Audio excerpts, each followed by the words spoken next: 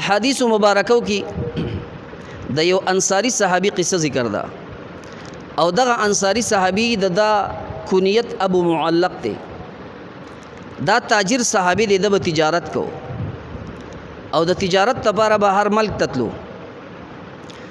او د نور خلکو مالونه ډیر مشهور تاجرو. دا به په تجارت باندې وړه، یو ځل دی د تجارت په غرض باندې روان دی، لیکن تنی تنها دی، مال متاع سره ډیر ده.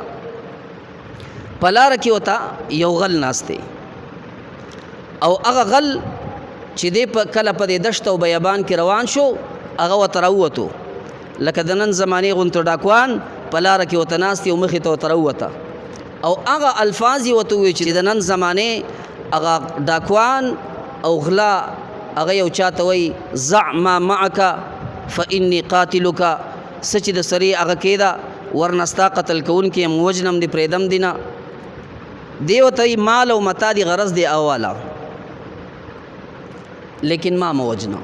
لیکن د بدکارو خلکو عادت دی چې هغه د خپل ځان د پټولو د پاره بیا د انسان په نفس باندې هم دوی سرپنه کوي. بهر حال هغه ته ډیر مینتونه کړي چې مال او متا څومره غواړي واخله، لیکن زما نفس دې ته سم وایا. لیکن هغه انکار کو چې نه مالم کېدا او تام نه پرېدم تا به وجنم. د ډیر منت نو وروسته چې هغه د خبر نه مني نو هغه ته بیا ملک پرېدا چې یو څلور رکعاته مونځ وکم او ته وکا چې څونه کولی شي. دشت او بیابان دي، د چا دراتلو اډوسه امکان نشته. دغه ځکه څلور رکعاته مونځ کوي او په اخرنۍ سجده کې هغه د الله رب ذوالجلال ته ډیر آهوزاری وکړه او د الله پاک صفتی نمونه ذکر کوي، یا ودود یا ذا العرش المجید یا فعال لما یرید. اے محبت کون کی ذاتا، اے د عرش خاوندا، د عظیم عرش خاوندا، اے هغه ذاته چې ستا څه اراده وشي هغه کې.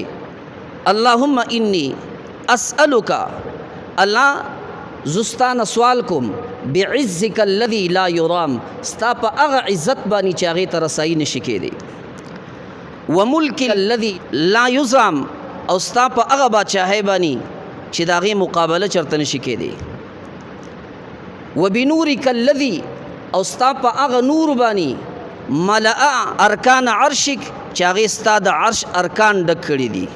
ان تکفینی شر هذا اللص، چې تو زما کفایت وکې د دې غل نه زما کفایت وکې، مالت اخلاصې راکې. یا مغیث اغثنی، یا مغیث اغثنی، یا مغیث اغثنی. درې ځله دا دعا دا دوهرا وکړه او الله ته آهوزاری کوي. دی چې کله سلام جارباسي ګوري هغه سړی الته مردار پروت دی، په اس باندې سور یو سړی ورسره خواته ولاړ دی، د هغه سره توره ده. دی هغه طرف ته ورسېلمه شو، د هغه نه تپوس کوي بی ابي انت و امي، پتا باندې د زما مور و پلار قربان وي، تا خو زما ډېره غټه مرسته وکړه او په بد ځای کې زما په کار رالی او د دغې بدکاره غل نه او ډاکونه د مال نجات راکو، لیکن خپل تعارف راته وکړه چې تو څوک یې. هغه ورته وایي زه د څلورم اسمان فرشته یم. وی اول ځل چې کله تا په دغې کلماتو سره دعا کوله، وی ما د څلورم اسمان دا دروازه د دې دا ټکېدل ما واورېدله. وی چې کله دې بیا په دویم ځل دا دعا ویله، وی د اسمان فرشتو چغې ووالې او دی ووی چې یو مکروب او یو غمزده انسان دی، د هغه فریاد رسی کول غواړي او په دریم ځل چې تا دعا کوله، وی ما د الله رب ذوالجلال نه اجازت راغوښتې او ستا مدد دلته حاضر شوی وم. نو زما عزتمندو دا هغه کلمات دي چې په دغې کلمو باندې الله رب ذوالجلال دغې ابو معلق رضی الله تعالی عنہ چې کوم دی د یو بدکار غل او ډاکزن نه نجات ورکوي.